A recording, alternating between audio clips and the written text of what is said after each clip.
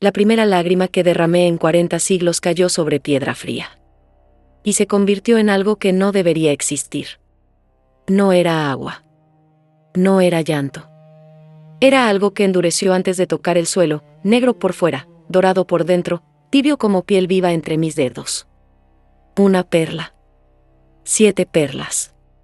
Una por cada segundo que tardé en entender que Aris no iba a volver. Eso fue lo que ellos esperaban. 40 años llevaban vigilándome.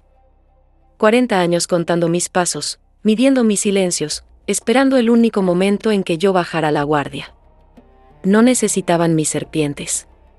No necesitaban mi mirada. Solo necesitaban esto, una grieta. Un instante de debilidad que yo nunca me había permitido. Y yo se los di. Lo que no sabía era que la muerte de Aris era mentira. Que Pitia, la mujer a quien confié el templo, ya los había llamado 9 días antes de que yo llorara. Que el hombre que entró por la puerta del templo con 3 guardias armados no llegó por casualidad. Llegó porque alguien le dijo exactamente cuándo estaría rota.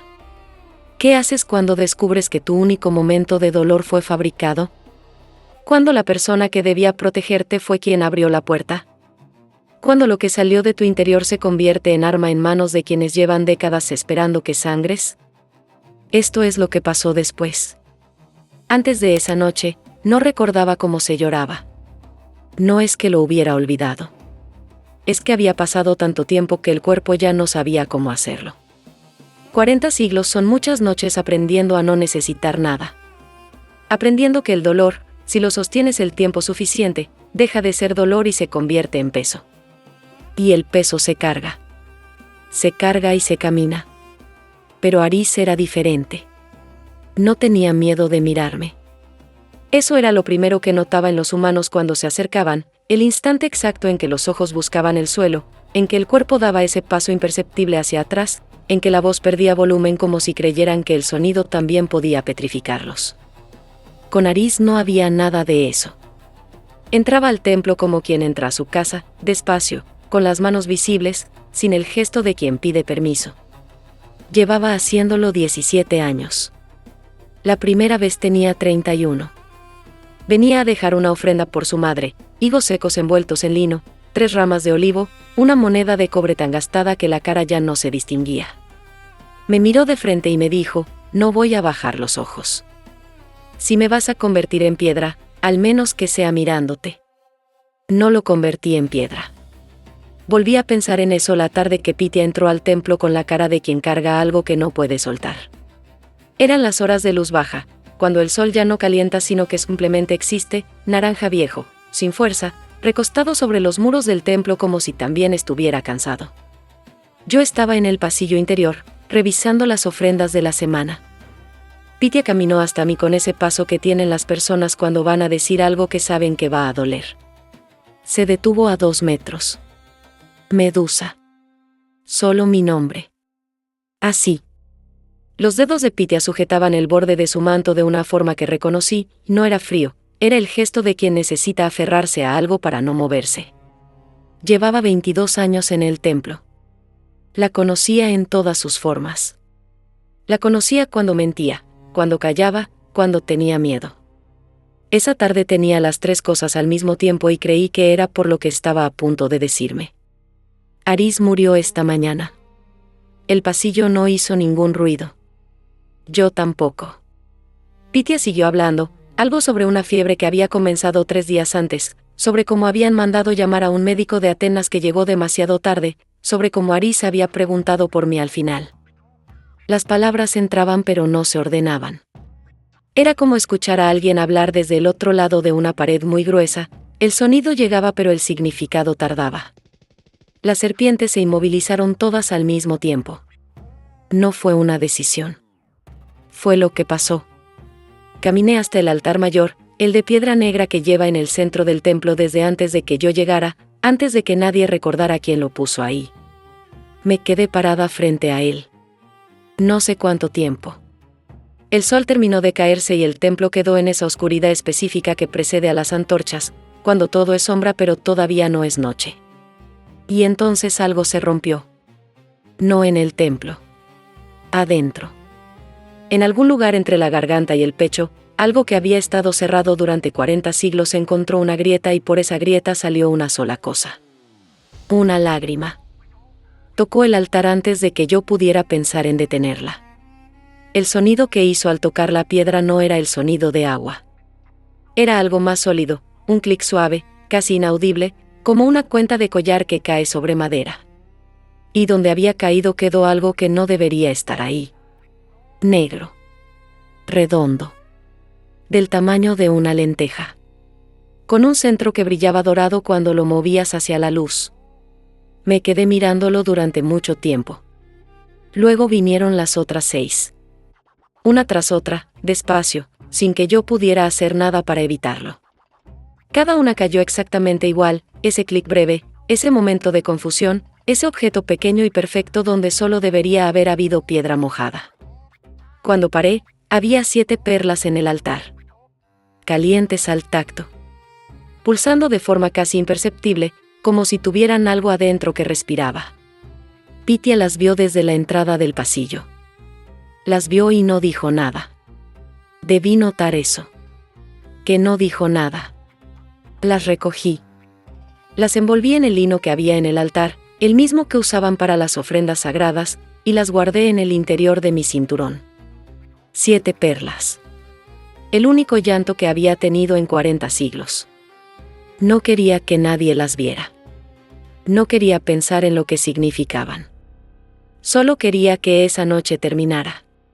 No terminó de la forma que esperaba. Fue menos de 2 horas después. Las antorchas ya estaban encendidas cuando escuché los pasos en la entrada principal, no el paso de un peregrino, no el paso de alguien que viene a dejar ofrenda. El paso de quien viene con un propósito que ya decidió antes de llegar. 4 pares de sandalias sobre la piedra. Uno de ellos más pesado que los otros, más lento, con esa cadencia específica de quien no tiene prisa porque sabe que va a conseguir lo que quiere. Coletor entró primero. Hombre de unos 55 años, cabello gris cortado al ras, mandíbula cuadrada, ojos oscuros con la quietud calculada de alguien que lleva décadas tomando decisiones que afectan a otros. Vestía túnica de lino beige sin ornamentos, pero el anillo en el índice derecho era oro macizo con el sello de un consejo que yo no había visto antes. Detrás de él, 3 hombres con espadas cortas al cinto. Se detuvo en el centro del templo. Miró el altar. Luego me miró a mí. Sé lo que pasó esta tarde, dijo. Sin saludo. Sin ofrenda. Sin el gesto que se hace al entrar a un lugar sagrado. Sé lo que tienes en el cinturón. Las serpientes se levantaron todas simultáneamente. Coletor no dio ni un paso atrás.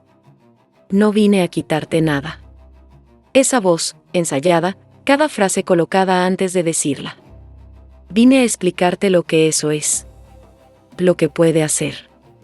Y por qué no puedes quedarte con ello sin entender lo que significa. Sal de mi templo. En 43 días habrá luna nueva sobre el templo de Delos. Se acercó un paso. Solo uno.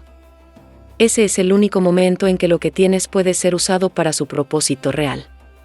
Si no sabemos qué va a pasar ese día, las consecuencias no serán solo tuyas. Te di una instrucción. Se quedó quieto.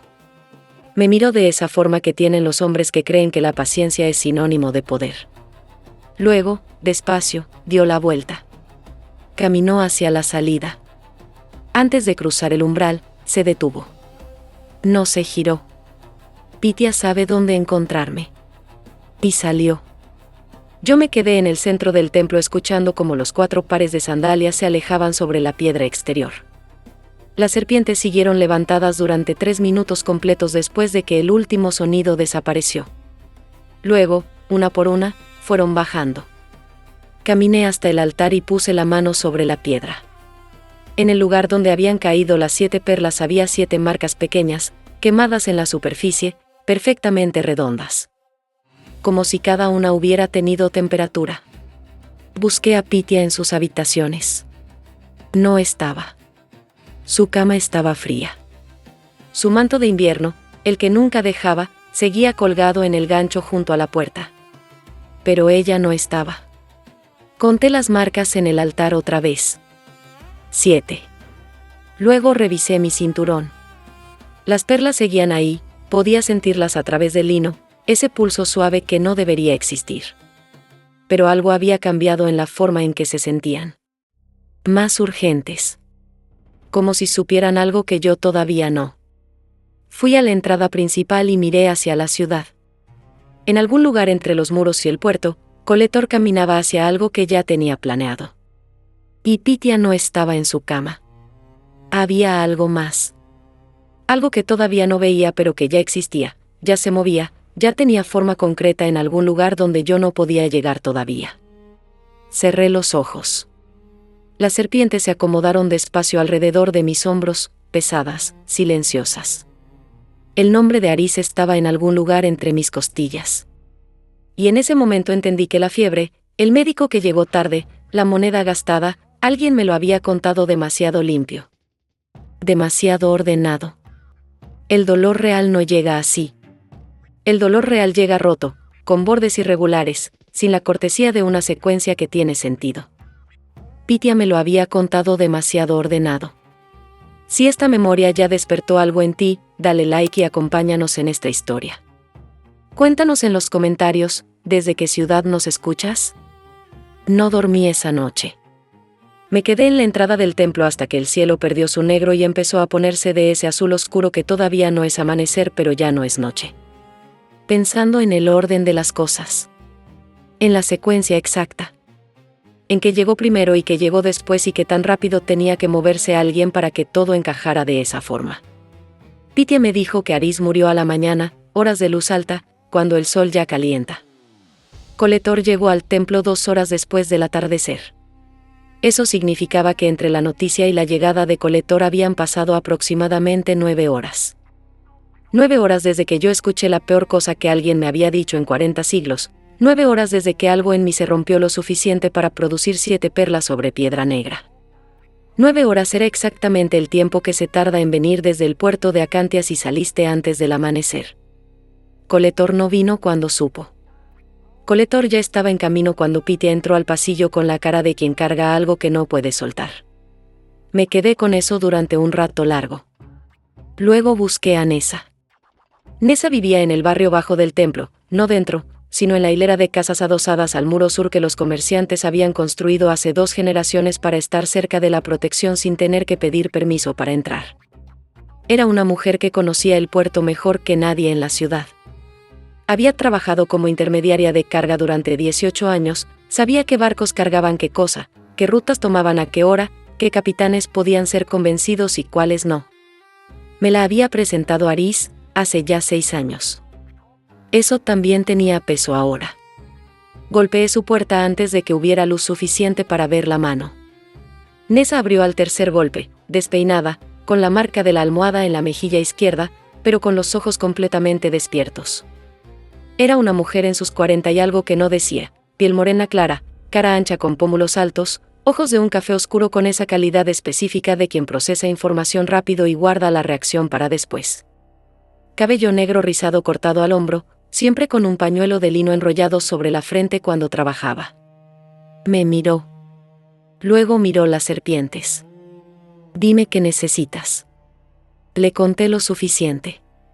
No todo, nunca todo. No porque no confiara en Nessa, sino porque la información que no se dice no se puede usar. Le dije que había un hombre llamado Coletor que había entrado al templo con 3 guardias armados. Que había salido con algo que me pertenecía y que no había levantado la mano para tomarlo, lo cual era más peligroso, no menos. Que ese algo tenía que ser transportado antes del amanecer para salir por el puerto. ¿Qué forma tiene?, preguntó. 7 perlas. Envueltas en lino del templo. Del tamaño de lentejas, negras, con centro dorado. Nessa frunció el ceño. No de confusión. De reconocimiento. ¿Cuántos hombres tiene Coletor en la ciudad? No lo sé todavía. Yo sí. Se apoyó en el marco de la puerta. Llegaron antes de ayer. 16 hombres en 2 grupos, 8 en la posada de la calle del Herrero y 8 más en un almacén cerca del Muelle 3. Pensé que eran comerciantes de Tesalónica. Los vi descargar cajas de madera sin marcas. Cajas. 16 hombres. 2 días en la ciudad antes de que Pythia me dijera que Aris había muerto. 48 horas de preparación antes de la noticia. No fue espontáneo. Nada de esto fue espontáneo. El transporte sale antes del amanecer, dije. Necesito saber por qué ruta. El muelle 3 no acepta carga después de la hora cuarta de la noche. Hay una ordenanza del alcalde desde el año pasado. Los muelles 1 y 2 trabajan hasta el alba. Nessa ya se estaba poniendo el pañuelo. Si quieren salir antes del amanecer tienen que ir al 1 o al 2. Y si llevan algo que no quieren que vean, van al 2, está más oscuro. El vigilante nocturno tiene acuerdo con 3 familias de comerciantes para mirar hacia otro lado. ¿Puedes llegar al muelle 2 antes que ellos? Si salimos ahora, sí. Pero eso no era suficiente. 2 personas, una mujer que conoce el puerto y una inmortal que no puede mostrar la cara sin que la mitad de la ciudad se paralice, contra 16 hombres entrenados, con el muelle en su territorio y el tiempo a su favor. Necesitaba dividirlos. El transporte va a estar dividido, dije, pensando en voz alta. Coletor era demasiado metódico para arriesgar todo en una sola ruta. Van a usar 2 muelles al mismo tiempo. Quizás 3. Las perlas no van todas juntas. Nessa me miró. Entonces solo podemos interceptar una parte. Una parte es mejor que nada. No era verdad. Pero era lo que había. Trazamos el plan en menos de 10 minutos porque no había tiempo para más. Nessa iba al muelle 2, directamente, por la calle corta, usando el contacto que tenía con el vigilante nocturno para entrar sin levantar sospecha. Yo iba al muelle 1 por la ruta larga, pegada a los muros, con las serpientes pegadas al cuello para no dar el perfil. Si las perlas estaban en uno de esos 2 muelles, las recuperaríamos antes del barco. La tercera ruta era el riesgo que no podíamos cubrir. Nessa salió primero. Yo esperé 2 minutos y salí después. La ciudad a esa hora tenía esa quietud específica que no es paz sino agotamiento, todo el mundo dormido porque nadie tiene otra opción, las calles vacías excepto por los perros que van de sombra en sombra buscando algo que comer. Caminé pegada a las fachadas, la cabeza cubierta con el manto, las serpientes completamente inmóviles haciendo su propio esfuerzo de invisibilidad. A mitad del camino al muelle 1, me detuve. Había una marca en la pared. Fresca, la cal todavía sin secar del todo, blanca sobre el adobe oscuro. Un símbolo pequeño, del tamaño de una mano. No era grafiti de borracho ni señal de comerciante. Era el mismo sello del anillo de Coletor, trazado con el dedo. Lo habían marcado en la pared de mi ruta. Sabían por dónde iba a ir. Llegué al muelle 1 en 17 minutos. Estaba vacío. No vacío como un muelle de madrugada, vacío como un muelle que acaba de ser desocupado.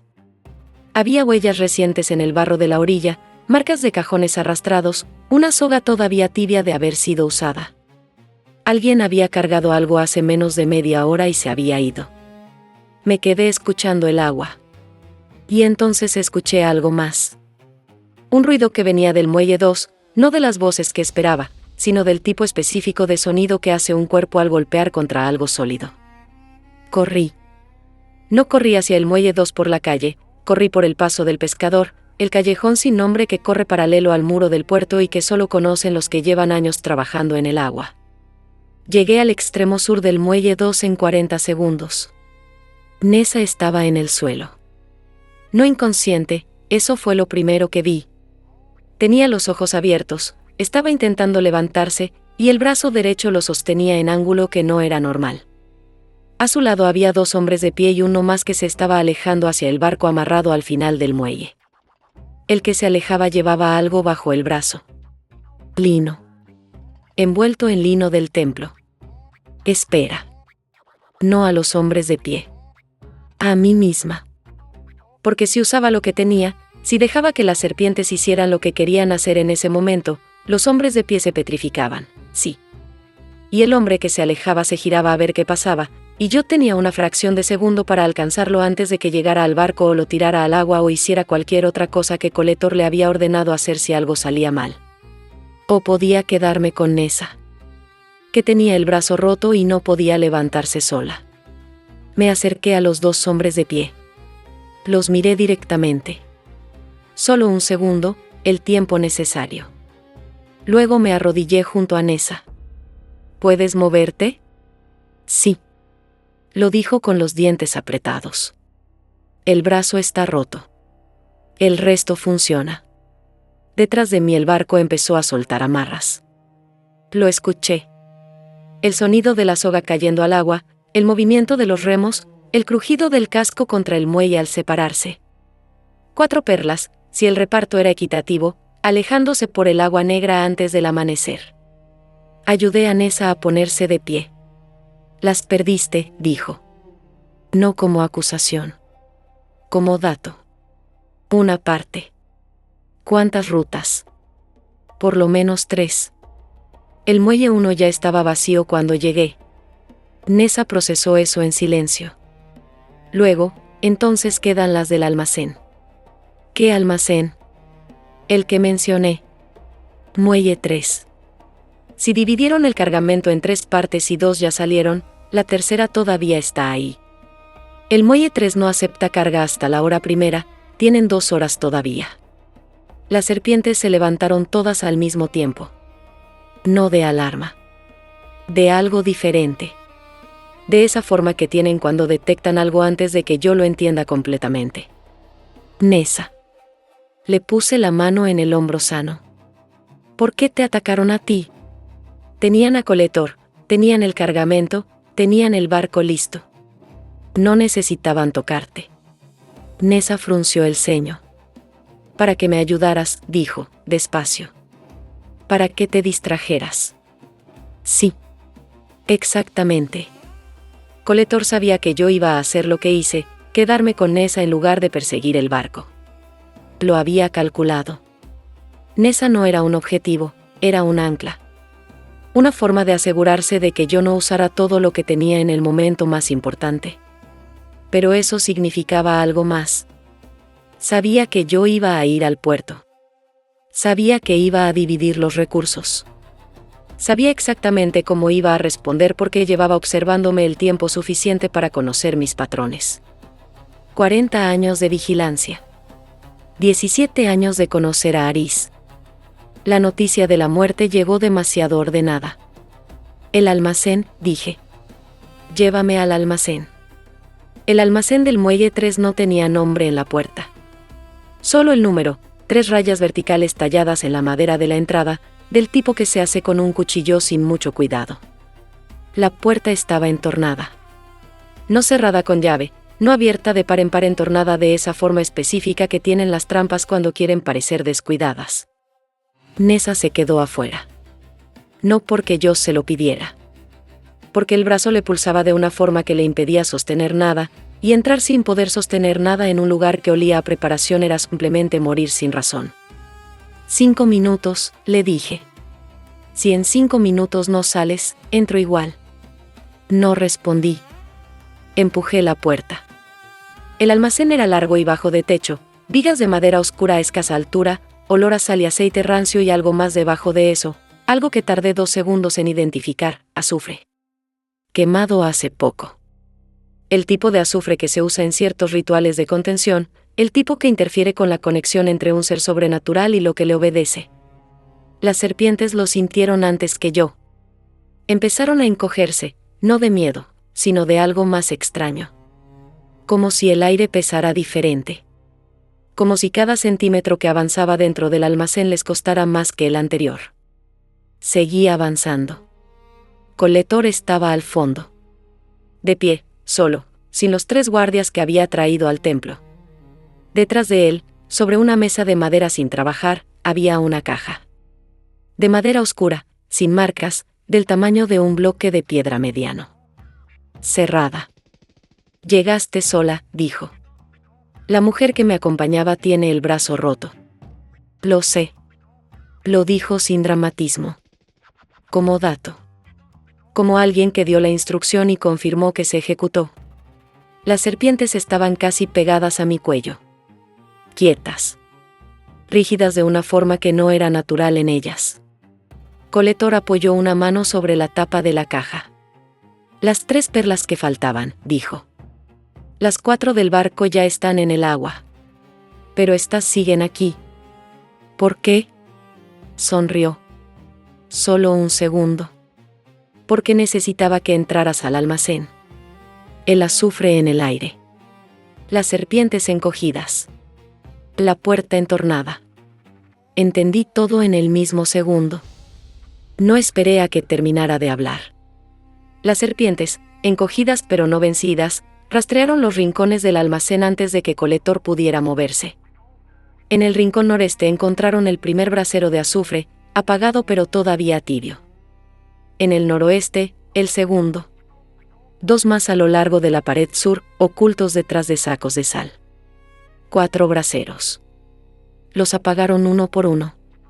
El movimiento de una serpiente sobre carbón encendido es deliberado, sin miedo, porque el calor no les hace lo mismo que nos hace a nosotros. El aire cambió. Coletor lo sintió. Se movió hacia la caja, rápido, por primera vez sin esa calma ensayada, y la abrió. Adentro no había perlas. Era un frasco de cerámica sellado con cera negra, del tipo que usan los sacerdotes para conservar sustancias que no deben mezclarse con el aire. Lo tiró contra el suelo antes de que yo pudiera llegar. El frasco se rompió. El olor que salió era inidentificable, no exactamente azufre, no exactamente humo, algo más antiguo que eso, algo que el cuerpo reconoce sin que la mente sepa por qué. Las serpientes se retrajeron instantáneamente. Todas a la vez. 4 minutos. Si el efecto se volvía permanente. Coletor caminó hacia la puerta. Lo dejé llegar hasta el umbral. Entonces las serpientes, que no necesitaban obedecerme para saber lo que quería, lo alcanzaron. No con el frente, no con la cabeza, no con los ojos. Con el peso.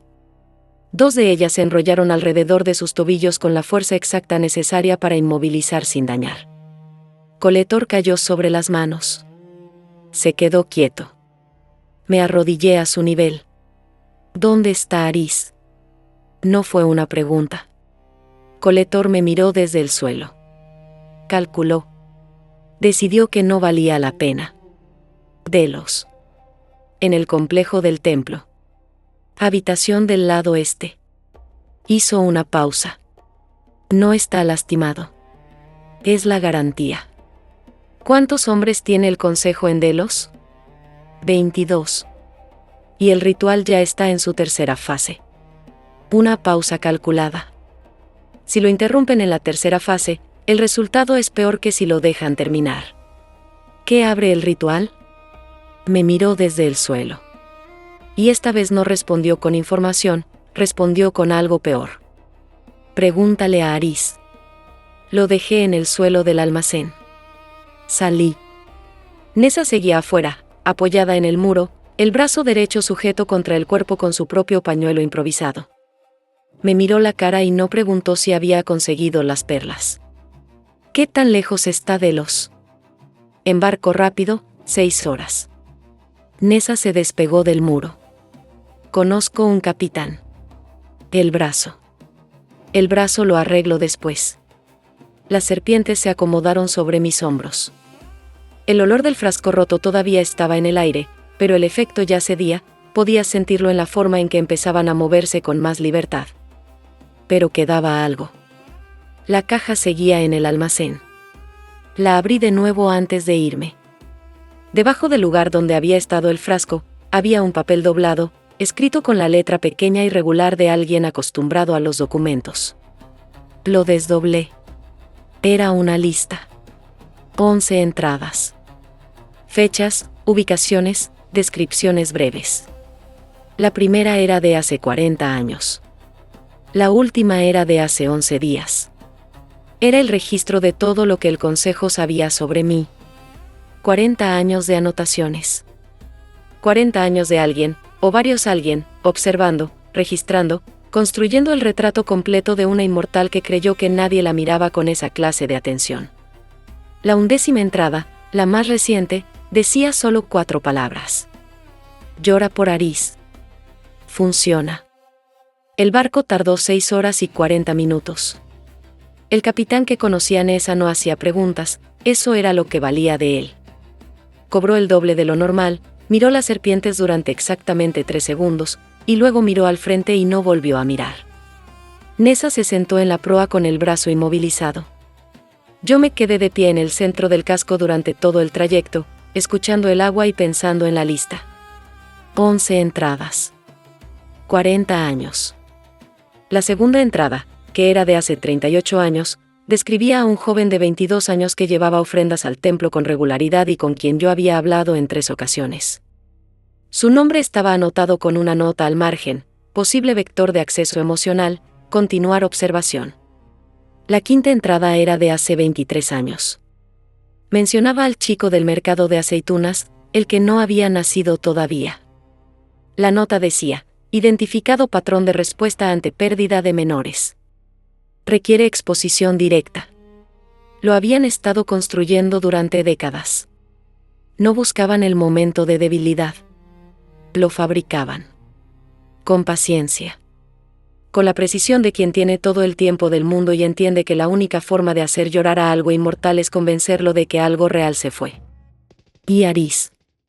Aris, que llegó al templo con 31 años, con higos secos y una moneda gastada, diciendo que si lo iba a convertir en piedra que al menos fuera mirándola. La séptima entrada de la lista, de hace 17 años, decía, Aris confirma participación voluntaria. Entiende el plazo. Acepta condiciones. Voluntaria. Me quedé con esa palabra durante el tiempo que tardamos en ver las costas de Delos. Voluntaria significaba que Aris sabía. Que desde el principio, o desde hace 17 años, que era lo mismo, había sabido que era parte de algo. Que las visitas, las conversaciones, la moneda gastada, los 17 años de presencia constante habían tenido una función que él conocía y yo no. No me detuve en eso. No todavía. Había tiempo para eso después.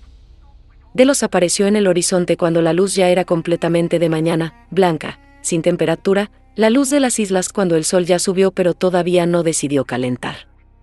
El templo se veía desde el barco, piedra sobre piedra, con esa solidez de las construcciones que llevan siglos sin necesitar que nadie las repare.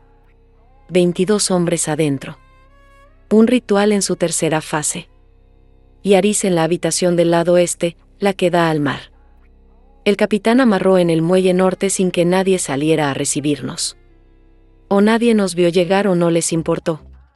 Las dos posibilidades eran malas. Si no nos vieron significaba que tenían tanta seguridad interna que no necesitaban vigilar el exterior. Si les daba igual, era porque el ritual ya estaba lo suficientemente avanzado que una inmortal entrando sola no cambiaba nada. Nessa se bajó del barco detrás de mí. Quédate con el capitán. No.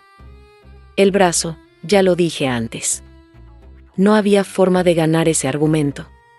Lo dejé. Caminé hacia el templo. La puerta principal estaba abierta. No como el almacén, abierta de par en par, sin ningún intento de disimulo, con 2 antorchas encendidas a los lados aunque fuera de mañana. Como una invitación. Entré. El sonido llegó primero, un murmullo bajo y rítmico que venía del interior principal del templo, con esa cadencia específica de la recitación ritual, el tipo de sonido que tiene más cuerpo que las palabras normales porque viene de varios pechos al mismo tiempo. 12 voces, quizás 14. Coordinadas. Llevando un tiempo largo haciéndolo.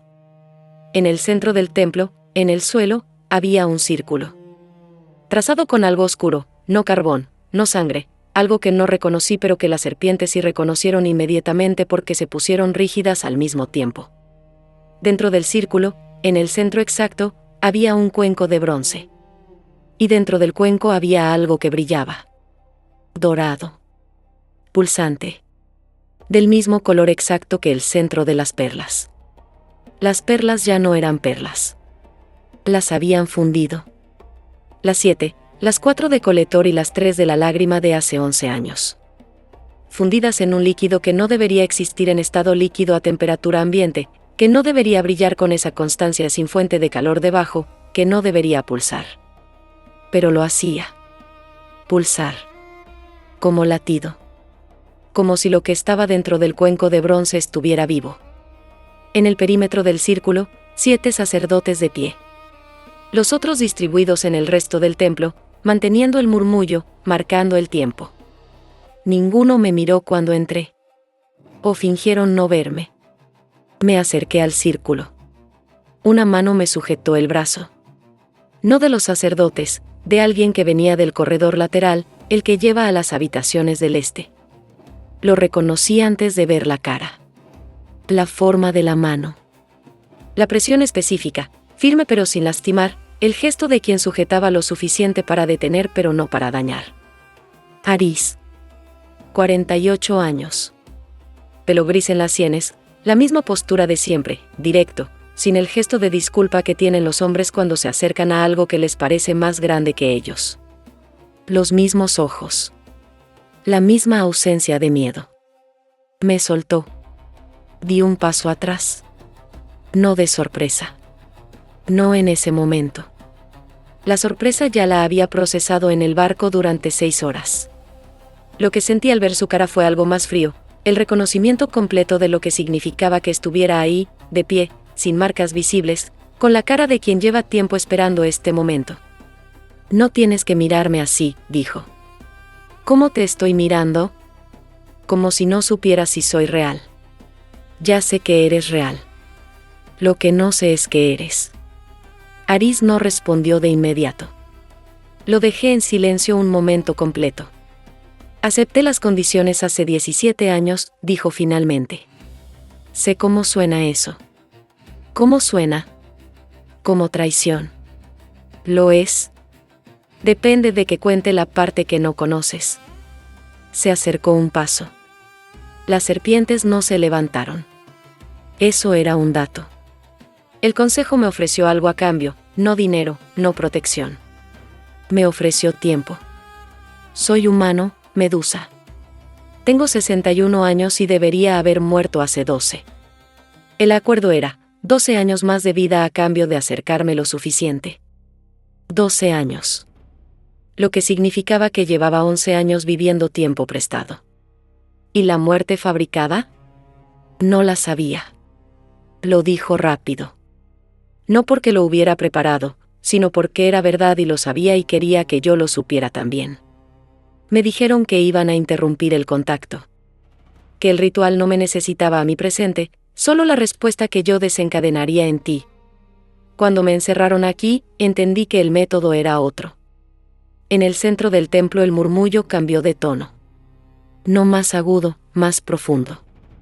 Como si el suelo empezara a resonar. El líquido en el cuenco de bronce se elevó ligeramente, no desbordándose, sino levantándose como si algo lo llamara desde arriba. ¿Qué abre el ritual? Pregunté. Una puerta. Su voz estaba quieta. Algo que fue sellado cuando Medusa todavía no era Medusa.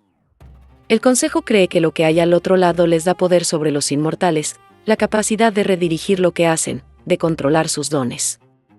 Eso no existe. No. Aris me miró. Pero lo que hay al otro lado sí. Y no es lo que el consejo cree. El suelo del templo vibró. Una sola vez. Suave. Como cuando alguien cierra una puerta muy pesada en algún lugar cercano. Los sacerdotes del perímetro dieron un paso simultáneo hacia el interior del círculo. Yo entré al círculo antes de que completaran el paso.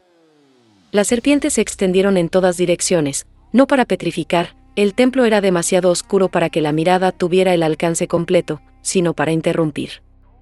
El murmullo se rompió en 3 puntos simultáneamente cuando 2 sacerdotes perdieron el hilo por el contacto físico. El ritual necesitaba continuidad de voz. Necesitaba que ninguna de las 12 cadenas de recitación se cortara al mismo tiempo. 4 se cortaron. El líquido en el cuenco dejó de ascender. Pero no bajó. Quedó suspendido a 10 centímetros sobre el bronce, inmóvil, brillando con esa luz que no tenía fuente. Y en el centro de esa luz suspendida, en el lugar donde el brillo era más denso, algo se movió. No como líquido. Como algo que hay dentro del líquido. El consejo tenía razón en una cosa, había algo al otro lado. Y el consejo se equivocaba en todo lo demás. Lo que se movió dentro del líquido dorado no era poder transferible. No era control sobre los inmortales. Era algo más antiguo que eso, Algo que reconocí de la misma forma que se reconocen ciertas clases de silencio, ciertos tonos de luz, ciertas formas de oscuridad que el cuerpo ya conocía antes de que la mente tuviera nombre para ellas. Era memoria. Mis memorias.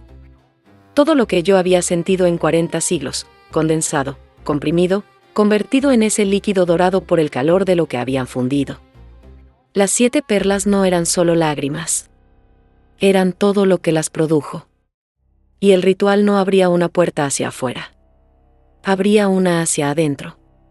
Me arrodillé al borde del cuenco. Las serpientes se enrollaron alrededor de mis brazos, no para sujetar, para acompañar. Puse las manos dentro del líquido. Caliente. Del mismo calor exacto que una persona viva. Y lo que vino después no fue poder ni control ni ninguna de las cosas que el Consejo había pasado 40 años intentando alcanzar. Fue simplemente dolor. Todo el dolor de 40 siglos, que yo había aprendido a convertir en peso y cargar y caminar, todo de golpe, sin secuencia, sin el orden que le había impuesto durante siglos. Sin la distancia que da el tiempo. 3 segundos. Luego pasó. El líquido se enfrió. Se solidificó. Volvió a ser 7 perlas, negras, con centro dorado, calientes al tacto, que cayeron al fondo del cuenco de bronce una por una. El círculo en el suelo se borró solo. Los sacerdotes que quedaban en el templo salieron. No corrieron. Caminaron, con la prisa controlada de quien entiende que lo que acaba de pasar no era lo que esperaban y que continuar no tiene ningún sentido. Aris seguía de pie en el umbral del corredor lateral. Recogí las 7 perlas del cuenco. Las puse en la palma de la mano y las miré durante un momento. Luego cerré el puño. El Consejo va a intentarlo de nuevo, dijo Aris desde el umbral. Sí. ¿Y tú? Las serpientes se acomodaron despacio. El dolor de los 3 segundos ya no estaba. Lo que quedaba era algo diferente, no alivio, no resolución. Más parecido a claridad. La clase de claridad que se tiene cuando se termina de ver algo completamente, sin la parte que faltaba. 40 años me estuvieron mirando, dije. Y creyeron que me conocían. ¿Y no? Miré a Aris. La moneda gastada. Los higos secos. La frase del primer día, si me vas a convertir en piedra, al menos que sea mirándote. 17 años que tenían dentro una función que él conocía. 12 años de tiempo prestado que ya llevaban 11 transcurridos. 1 año. Le quedaba 1 año del acuerdo. Vete a casa, le dije. No con rabia. No ya. Con la misma voz directa de siempre, sin el peso añadido de lo que sabía, porque ese peso ya lo había procesado en el barco durante 6 horas y 40 minutos y no iba a ser la clase de persona que lo deposita sobre alguien que tiene 1 año. Aris me miró un momento largo. Luego asintió. Y se fue. Nessa esperaba afuera con el brazo sujeto y la cara de quien ha estado escuchando sin poder ver y ha llenado los espacios con imaginación. Me miró la mano cerrada. ¿Las tienes? Sí. ¿Y el ritual? Interrumpido. Hice una pausa. No cancelado. Nessa procesó eso. ¿Pueden volver a intentarlo? Con lo que tenían, no. Con algo nuevo. Miré hacia el templo. El Consejo lleva 40 años construyendo una cosa. Pueden construir otra. El sol ya calentaba. Delos a esa hora tenía esa luz específica de las islas en la mañana, directa, sin sombra, sin lugar donde esconderse. El tipo de luz que lo muestra todo exactamente como es. Abrí la mano. Las 7 perlas en la palma. Negras. Doradas por dentro. Tibias. Ya no pulsaban.